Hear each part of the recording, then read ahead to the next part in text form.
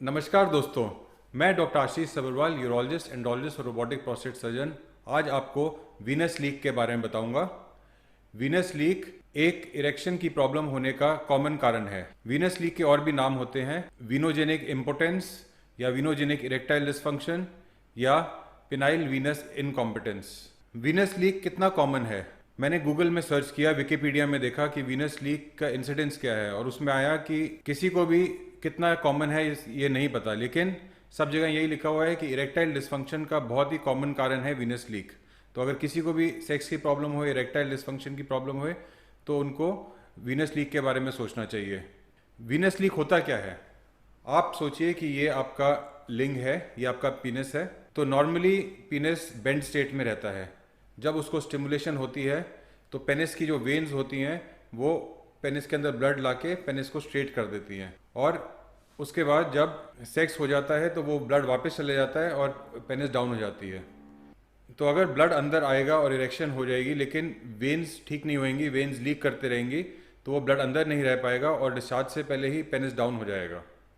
तो जिनको Venus leak की प्रॉब्लम है उनको कॉमन सिम्टम्स होते हैं, या तो इरेक्शन पूरी टाइट नहीं होती, और या तो थोड़ी टाइम के लिए टाइट होती है और उसके बाद फिर डिस्चार्ज से पहले ही डाउन हो जाती है।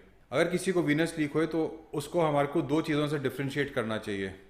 किसी को अगर शीघ्र पतन या प्री मेच्योर इजैकुलेशन की प्रॉब्लम है तो उसके अंदर भी इरेक्शन जल्दी डाउन होती है, लेकिन उसमें फ़र्क ये है कि अगर वीनस लीक होए तो डिस्चार्ज से पहले ही पेनिस डाउन हो जाती है, लेकिन अगर प्री मेच्योर इजैकुलेशन की प्रॉब्लम हो तो जल्दी डिस्चार्ज हो जाता है, इसलिए इरेक्शन डाउन होती है। तो हमारे को अगर जल्दी इरेक्शन डाउन होती है उसके दो कारण में डिफ्रेंशिएट करना चाहिए, क्योंकि उन दोनों का ट्रीटमेंट अलग अलग है। दूसरी चीज़ है साइकोजेनिक इम्पोटेंस, मतलब मानसिक प्रॉब्लम की वजह से सेक्स ना कर पाना, और दूसरा वीनस लीक। तो वीनस लीक को साइकोजेनिक इम्पोटेंस से कैसे डिफ्रेंशिएट करेंगे? पहली चीज़, अगर किसी को अर्ली मॉर्निंग इरेक्शन होती है और बाकी टाइम पे नहीं होती तो वो साइकोजेनिक इम्पोटेंस होता है। दूसरी चीज़, अगर किसी को पहले बिल्कुल ठीक इरेक्शन होती थी और अब सडनली उन्होंने देखा कि एक दिन के बाद उनको इरेक्शन होनी बंद हो गई, तो ऐसी सडन जब प्रॉब्लम आती है कि सडन इरेक्शन की प्रॉब्लम हो जाए तो वो नॉर्मली साइकोलॉजिक होती है और वो कोई इतनी सीरियस चीज़ नहीं होती। लेकिन वीनस लीक में क्या होएगा कि एक तो जब पेशेंट सुबह भी उठता है तो सुबह उठ के भी इरेक्शन ज़्यादा टाइट नहीं होती, और दूसरा जब से उसको याद है तब से ही उसको सेक्स की प्रॉब्लम है। ऐसा नहीं है कि एक पहले बिल्कुल ठीक थी और उसके बाद फिर एकदम से प्रॉब्लम हो गई। वीनस लीक में जब से बचपन से ही उनको वीनस लीक की प्रॉब्लम थी, क्योंकि ये पैदाइशी चीज़ होती है, तो उसको कभी भी स्ट्रॉन्ग इरेक्शन, पूरा इरेक्शन आया ही नहीं पेशेंट को। वीनस लीक को डायग्नोज कैसे करते हैं? वीनस लीक का एक टेस्ट होता है, उसे कहते हैं पिनाइल डॉप्लर अल्ट्रासाउंड। ये एक सिंपल अल्ट्रासाउंड है जिसमें पेनिस का ब्लड फ्लो चेक करते हैं, और इसके अंदर एक वैल्यू होती है एंड डायस्टोलिक वेलोसिटी। ये एंड डायस्टोलिक वेलोसिटी मेजर करते हैं, और नॉर्मल पेशेंट्स में जिनमें कोई वीनस लीक ना हो उसकी वैल्यू होती है 3 सेंटीमीटर से कम, 3 सेंटीमीटर्स पर सेकेंड। तो अगर 3 सेंटीमीटर्स पर सेकेंड से कम होए तो उसमें वीनस लीक की प्रॉब्लम नहीं है। लेकिन अगर किसी को वीनस लीक होता है तो उसमें एंड डायस्टोलिक वेलोसिटी जो होती है वो 5 सेंटीमीटर पर सेकेंड, 6 सेंटीमीटर, कभी भी 3 सेंटीमीटर से कम नहीं होगी, हमेशा 3 सेंटीमीटर से ज़्यादा होगी।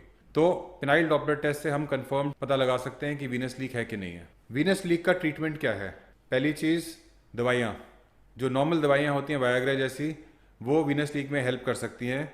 इसमें क्या होता है कि जब नॉर्मली पेनिस में ब्लड आ रहा है और जल्दी से वेन्स की वजह से वापस चले जाता है, अगर हम थोड़ा सा ब्लड ज़्यादा बढ़ा दें तो वो कभी कभी जो mild form of Venus leak होता है वो ठीक हो जाता है।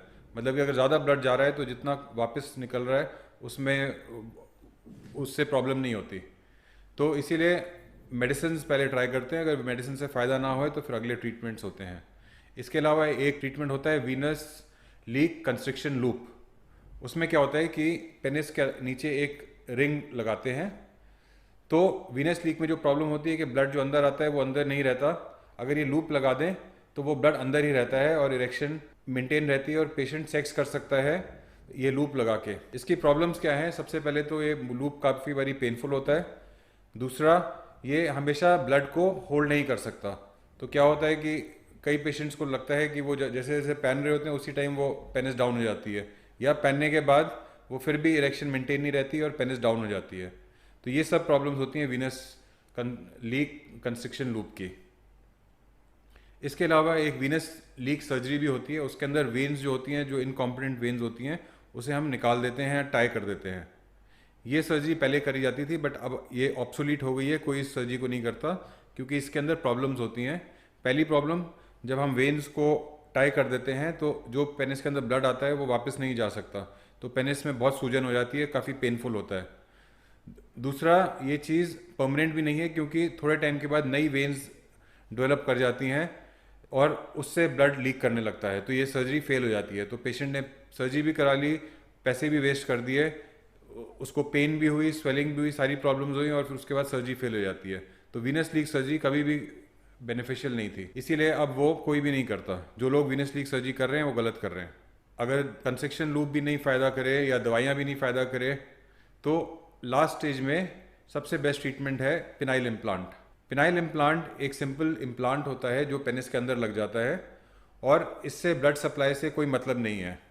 चाहे ब्लड आ रहा है नहीं आ रहा, चाहे लीक कर रहा है, कुछ फ़र्क नहीं पड़ता। ये मैकेनिकल डिवाइस होता है जो पेनिस को बेंड करेंगे तो बेंड हो जाएगा, और पेनिस को स्ट्रेट करेंगे तो स्ट्रेट हो जाएगा।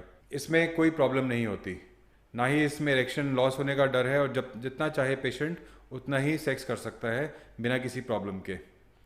तो अगर आप इसके बारे में, पिनाइल इम्प्लांट के बारे में, उसका क्या ट्रीटमेंट होता है, कैसे लगाते हैं, इसमें क्या फ़ायदे हैं, क्या नुकसान है, इन सब के बारे में जानना चाहते हैं तो मेरे और भी वीडियोस देखिए, उसमें मैंने सारा बताया हुआ है।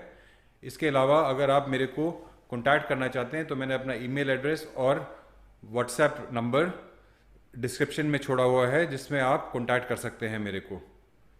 धन्यवाद।